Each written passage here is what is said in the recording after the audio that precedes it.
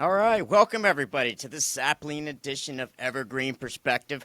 We are continuing our charter review candidate forum here, and we a pleasure to bring here today, running in District 1, Position 3, is Leah Perkel. Leah, we're just going to jump right in here. Can you just tell us a little bit about yourself, a little bit about your background, and then let us know how long you've been in Clark County?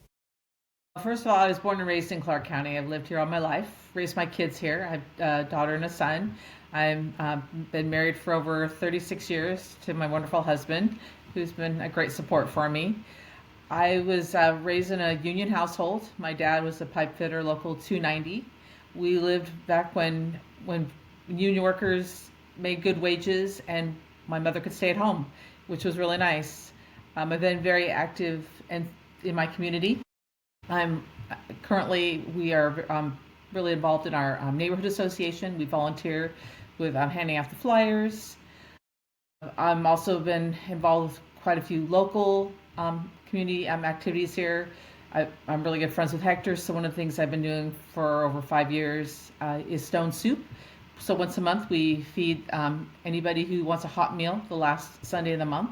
Something I really enjoy doing. I've gotten to know a lot of people in the community that way. And also one of the things we currently have been getting involved in is a program called Mercado, which is where we hand out fresh fruit and vegetable boxes and staple items for over 800 and 900 people, which is amazing. That is amazing. It sounds like you're really involved out in the community. I think that's amazing. What was it that inspired you to say, "Hey, I want to run for county charter"? Well, I got involved in local politics back in 2017 thanks to my friend Don Orange. I worked really hard on his campaign and knocked on a lot of doors. I want to be the voice for my community. Actually elected PCO. I believe I'm serving my third term as Precinct Committee Officer here in 104, actually 4 years. And I really know my community really well. I know this district. I've raised my kids here. I've been involved in their activities. I have a lot of friends here. So I really want to be the voice for the people in this community, in this district that I love and hold so dearly to myself, to me. And so I guess in your own words, how would you describe what the Charter Review Commission actually does? Well, it's the county constitution. We make amendments to the charter. We can't do legislation like some people say we can. We can't raise Can you taxes. expand on that a little bit? Like, what do you mean the Charter Review can't do legislation? What does that mean exactly? Well, we can't raise taxes. We can't change the structure of the sheriff's department. Those are things we can't do. One of the things we can do is I would like to see community forums. That's something we could discuss as an organization on the charter. Community forums would allow people to have one-on-one conversations with our counselors. So here in the city of Vancouver, we have quarterly forums with our counselors where all of them are there and they sit at individual tables and you can sit down and have conversations with them about what's going on in your community, what things are affecting you, what are things that are on your mind that you'd like to see changed or happen. Well, I'd like to see our county council, which currently doesn't do that, and have those quarterly forums in schools or community centers where they have a staff there that can take notes and we can actually talk with them. Currently, right now, we can speak for 3 minutes at the council and then they say thank you and have a nice day, happy that you were here. But we need to have more communication with our counselors and more outreach. And I want the people here in our district to feel like they're being heard. All right, and on that point, why does the charter matter to everyday Clark County residents? Why should they care about what goes on with the charter? Because it affects their livelihood and their community. It affects the roads, the environment.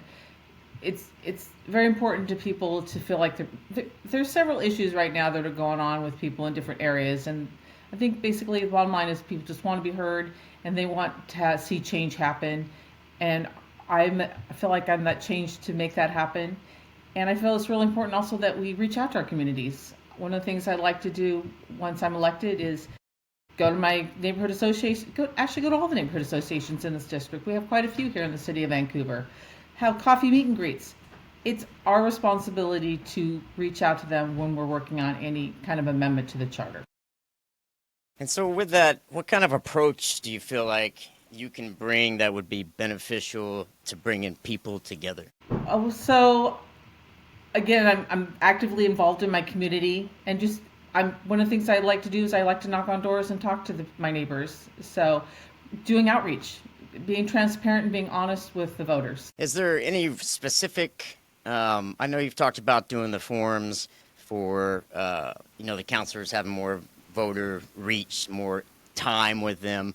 Are there any other areas of the charter that are of specific interest to you? I would agree with Dorothy. I'd like to see the ethics review board cleaned up, made stronger because it did get watered down. The other thing I'd actually like to look at is I've talked to a couple of the counselors, increasing the salary for the counselors.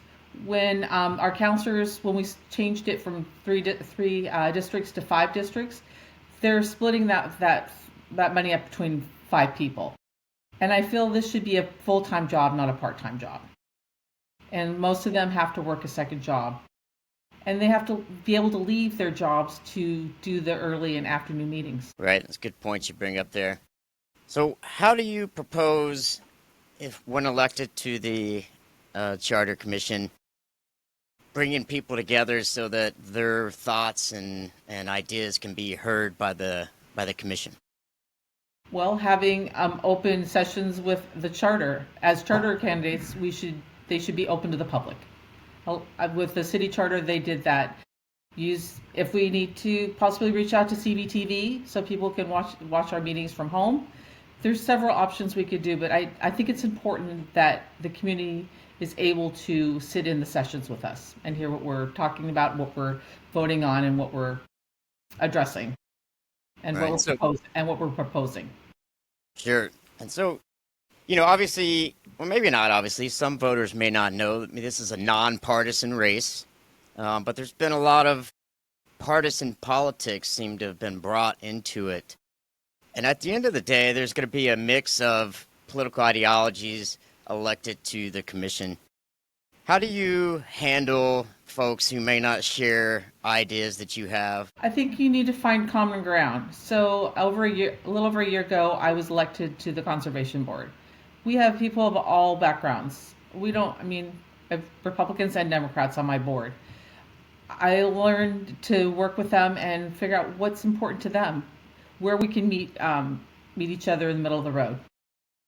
Have those conversations and getting to know those people. I mean, they might have the same beliefs, several beliefs that I have.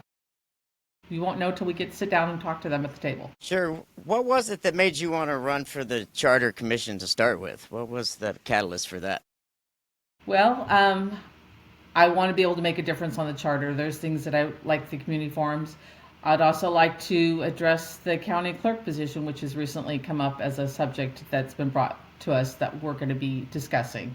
So being able to make the change on our charter that our community wants and needs. I got you. And what would you consider a successful term as a Charter Commission? A successful term would be to at least get some of my ideas passed through the charter and onto the ballot.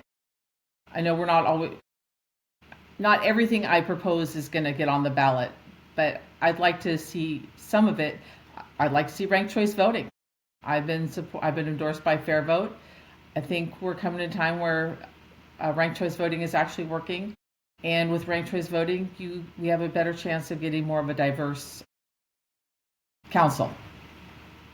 Because you'd have more options. People wouldn't be afraid to just vote for the candidate that's safe. They would feel comfortable voting for 1, 2, and 3, and more likely their candidate would have a better chance of being elected. Right. And so, as we're working towards closing this pod up, what are some things that you really want voters to remember about Leah Perkel when they listen to this pod, or they see you out in the community, or they go to your website? What do you want them to really know and remember about you? That community is very important to me, and my neighbors are really important to me, and doing good work for them, housing, healthcare, and helping those things pass for the people in my community, and just listening to what they have to say, and being a strong advocate for them, because ultimately it's the voters that are going to be electing us, and we will be representing them. And where can people find more about you and more about your campaign? Where can they go to do that? Well, my website is www.leahperkel.com. I'm also on Facebook. I apologize. So my Instagram is Leah for Charter, and then I've got my Facebook, which is Leah Perkel for Charter as well. So you can find me on Facebook and Instagram. Very nice. Lee, I really appreciate you coming on the podcast and sharing with us your vision for the county charter. And, it sounds like you lead from a place of heart and community. And I think that's something that everybody can get behind. So I'll see you out there on the campaign trail, and we'll chat again soon. Thank you so much, Ben. You have a wonderful day, and thank you so much for having me. Absolutely.